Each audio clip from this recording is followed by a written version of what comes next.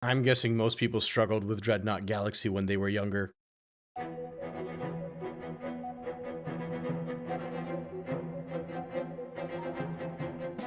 Or at the very least, one star in particular. In the same way that Goldleaf Galaxy and Sea Slide Galaxy borrowed from Honey Hive Galaxy and Beach Ball Galaxy respectively, Dreadnought Galaxy takes a lot from Battle Rock. Or so that's what's been claimed. I don't know that I ever thought too much of this comparison that folks have always made. There might be some repeated enemies and assets and general themes that people like to point towards, and this even includes the fact that they use the same music. But outside a few things like a repeated boss fight and luring bullet bills, both of which aren't really unique repeat offenders just for these two stages, I'm kind of leaning towards the opinion that Dreadnought Galaxy does more than enough to differentiate itself from Battle Rock. So much so that I'm saying it before I even go through the stars. Like in most cases, I would be like, let's go through all the stars and figure out if they are the same or not. But over here, I actually feel like Dreadnought does a lot more to differentiate itself from Battle Rock than some of the other stages that I previously compared do. So while yes, you'll have an auto-scroller, and yes, you'll have a fight against the top maniac, despite all of that, the level is pretty different. And honestly, it's pretty difficult too. This is the first one of the segmented large galaxies in a while. And obviously by segmented, I mean the planetoid to planetoid or object to object missions that take place in outer space.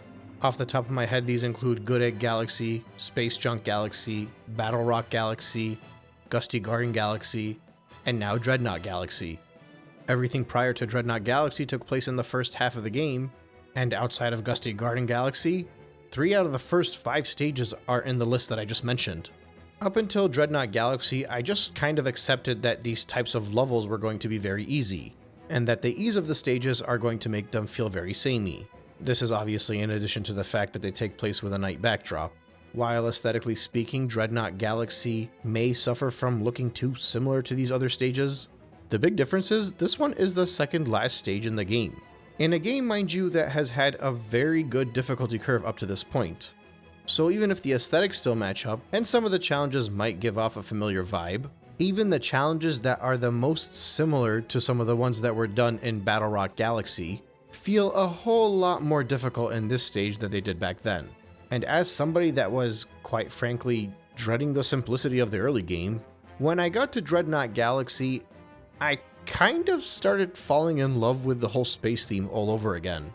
Because now, not only did it have the visuals, the vibe, the epic music, it even has the challenge, which I think is what drastically made the earlier ones feel inferior.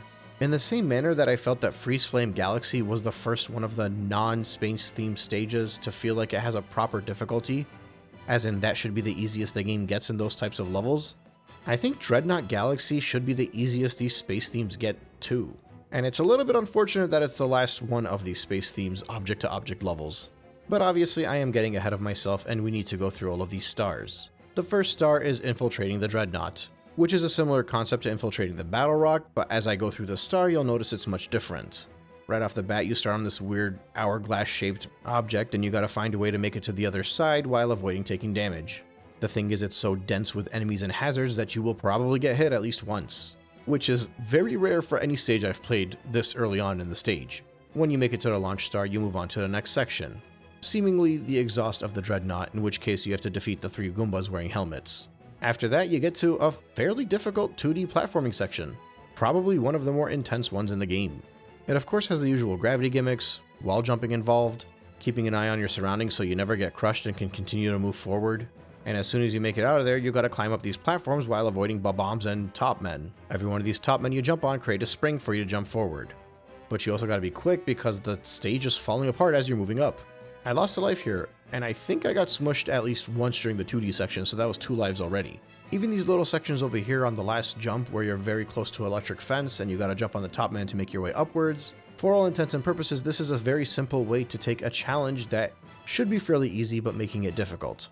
You'll have to wall jump upwards with an ascending wall, avoid a bunch of hazards to make it to the launch star, and then you get to a planetoid with a whole lot going on that you're going to have to lure a bunch of bullet bills in order to crack some cages open for you. And it's not an easy lure either, there's a lot of obstacles, a lot of turns you'll have to make. But when you do get to the cage, it'll flood the planet with water which will allow you to get to the higher locations. at which point you'd think it would be a straight route to the star, but you still gotta undergo a little bit more platforming while avoiding stage hazards in order to make it to the star. After that is Dreadnought's Colossal Cannons.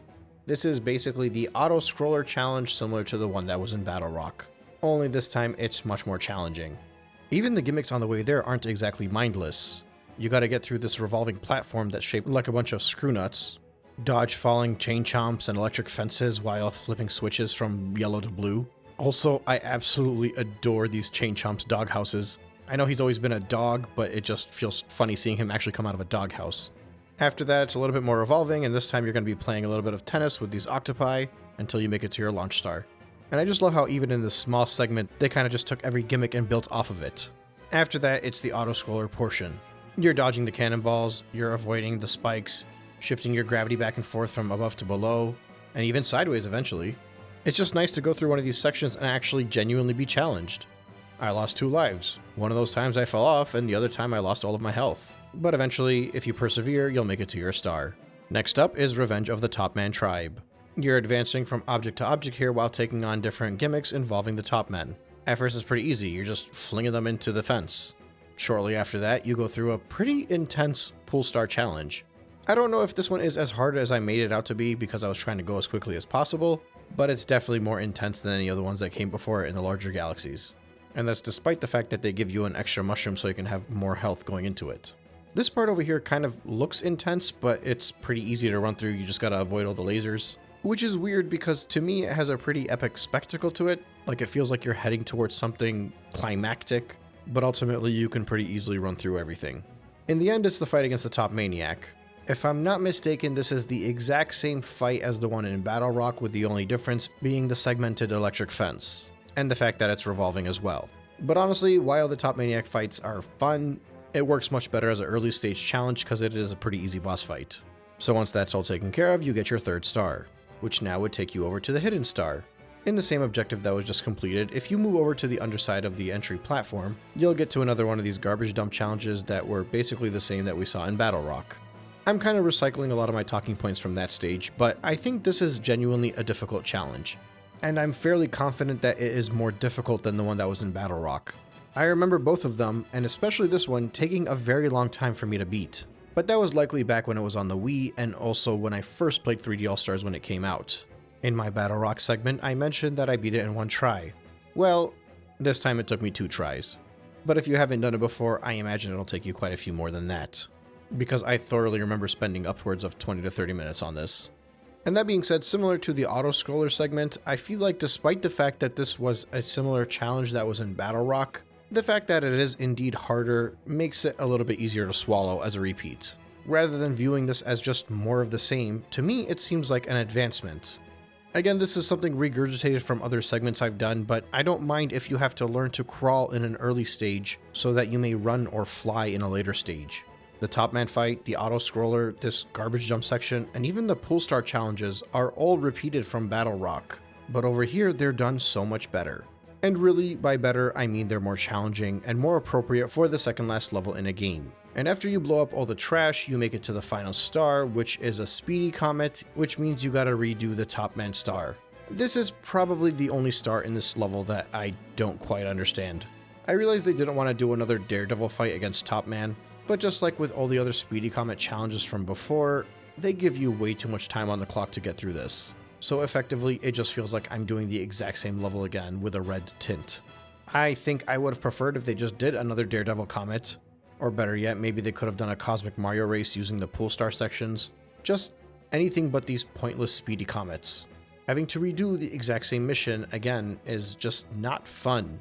And honestly, I could kind of forgive it in the early game. I felt like you were still learning how to play, so it's all just more acceptable. But this late on in the game, and with such a large time limit, it's way too forgiving. Gosh, I mean, even if I took away a third of the time, I still would have made it. But the Comet Star was one blip in an otherwise pretty good galaxy.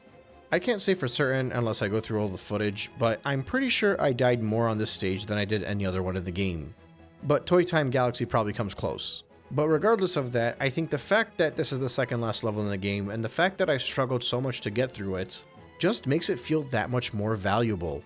Ever since Freeze Flame Galaxy, I felt that the levels had a pretty decent difficulty, and everything prior to Freeze Flame was a little bit too easy. Perhaps even too easy to enjoy in a lot of those sections. Freeze Flame is what I feel like the game should have started with when it comes to difficulty. The issue is that was halfway through the game. So now that I'm at Dreadnought Galaxy and it is an uptick in difficulty, I just wish there was a lot more like this and it would get even more difficult. It feels like they were moving in the right direction, but they just started too late. For my liking at least. This might not apply to everybody. But that being said, I will not fault Dreadnought Galaxy for that. This is a problem with the whole game in general, I think, being too easy. And I'm aware that the Purple Coin Challenge coming up does have its hard moments as well. So that's something to look forward to. But all of that being said, I'm going to say that I think Dreadnought Galaxy is the best one of these segmented object-to-object or planetoid-to-planetoid outer space levels. Gusty Garden might have appealed to me on an aesthetic level, but this one appeals to me on a mechanical level, on a difficulty level, and unlike the non-segmented stages, there isn't like multiple steps of this. On one side you have Good Egg Galaxy, Space Junk Galaxy, Battle Rock Galaxy, and even Gusty Garden Galaxy, which are probably too easy for me to enjoy coming back to, even though I'll enjoy them for the atmosphere and for the experience. But on the other side of it, you have Dreadnought Galaxy, which I would love to return to and play and just see if I can get better at. And in many ways, I wish there were about 3 or 4 more levels that took what they did in Dreadnought and just applied that concept into 3 or 4 more stages. But with that being said, I think this level did set up the endgame pretty well, but more importantly, we still need to get through Melty Molten Galaxy before we can move on. So let's take care of that in the next segment.